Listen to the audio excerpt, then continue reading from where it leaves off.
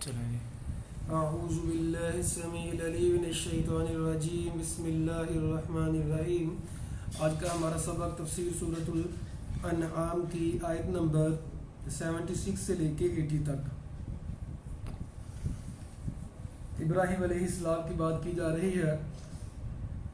اللہ تعالیٰ فرماتے ہیں کہ ابراہیم علیہ السلام نے اپنے باپ آزر کو کہا کہ آپ بتوں کو خود ہی اپنے ہاتھ سے بناتے ہیں, خود ہی ان کو پوجتے ہیں, کیسا رب ہے آپ کا؟ رب تو وہ ہوتا ہے جو جس نے سب کچھ بنایا ہے. تو اللہ تعالیٰ فرماتے ہیں جب ابراہیم علیہ السلام نے کیسے سمجھایا, فلما جن علیہ اللیل رأى کوكبا, جب رات چھا گئی انہوں نے ایک ستارے کو دیکھا. ابراہیم علیہ السلام قالا ھذا ربی, کہا یہ بتوں کو تو نہیں مان سکتا میں, اس میں کیا ماننے والی چیز کی اس کو ہم رب مانے, چلو میں اس ستارے کو رب مان لیتا ہوں سمجھانے کے لیے, میرا وہ ستارہ رب ہے. فلما افل, جب وہ غائب ہو گیا, ظاہری بات ہے جب دن چڑھنا تھا تو اس نے غائب بھی ہونا تھا. قال لا احب الافلین, کہا میں غائب ہونے والوں سے محبت نہیں کرتا, یہ تو غروب ہو گیا, یہ تو نظر ہی نہیں آ رہا, یہ رب میرا کیسا ہے. فلما رأى القمر بازغا, جب چاند کو چمکتا ہوا دیکھا تو کہا قال ھذا ربی, کہا یہ ہے میرا رب. پھر فلما افل, جب وہ بھی غروب ہو گیا, قال لا ان لم يهدني ربی, یعنی مطلب کہ یہ بھی میرا رب نہیں ہے, اگر میرے رب نے مجھے ہدایت نہ دی لاکونن من القوم الضالین, تو میں گمراہوں میں سے ہو جاؤں گا. مطلب ساتھ ساتھ دعا مانگی جا رہی ہے, اللہ میں اپنی کوشش کر رہا ہوں, مجھے ہدایت عطا فرما. فلما رأى الشمس بازغا, یعنی انہوں نے کہا کہ چاند بھی میرا رب نہیں ہے, لیکن اور جب سورج کو دیکھا چمکتا ہوا, قال ھذا ربی ھذا اکبر, یہ ہے میرا رب, یہ تو سب سے بڑا ہے, چمک رہا ہے.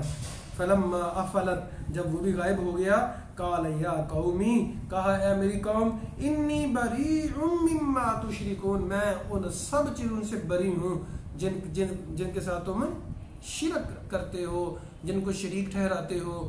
مطلب عبادت میں, عبادت تو صرف اللہ کی ہے, شریک کسے کہتے ہیں؟ جو جائیداد میں شریک ہوتا ہے, کہ یہ بھی شریک ہے, دو تین لوگ جو ہوتے ہیں آپس میں ایک جائیداد میں, ان کو شریک کہتے ہیں.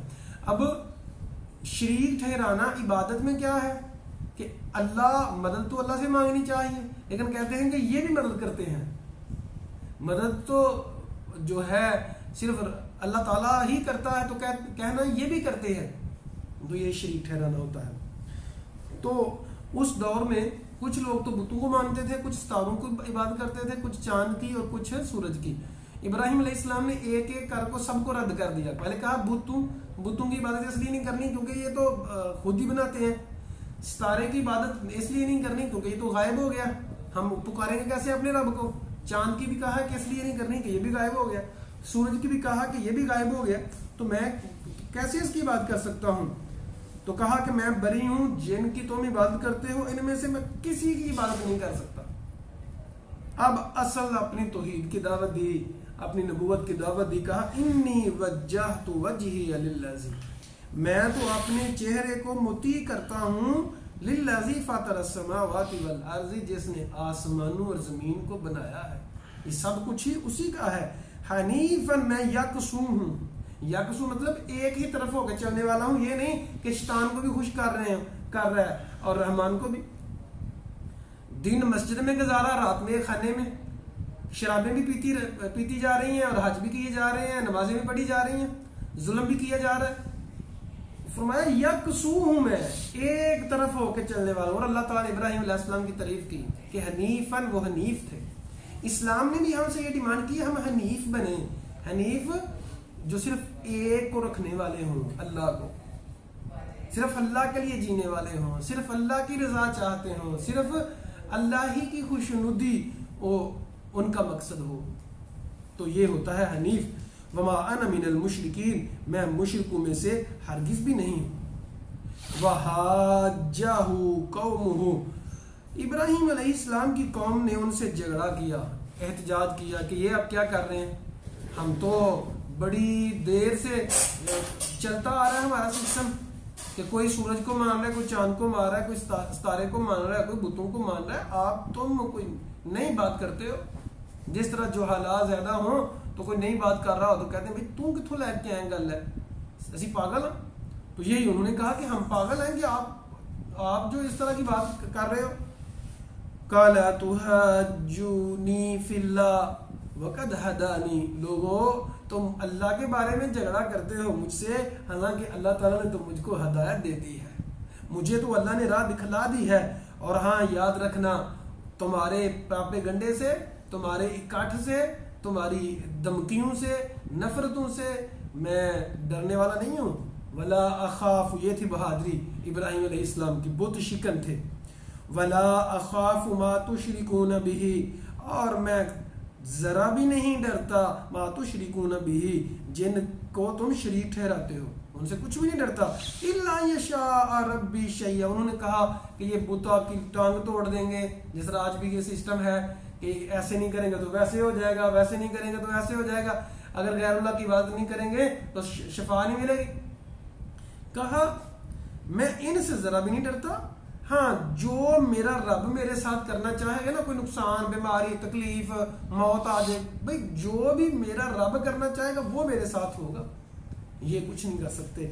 واسع ربی کل شیء علما، میرا رب علم کے اعتبار سے ہر چیز سے وسیع ہے، یعنی ہر چیز کو خوب جاننے والا ہے کہ میرے بندوں کے ساتھ کون کون کیا کیا کر رہا ہے.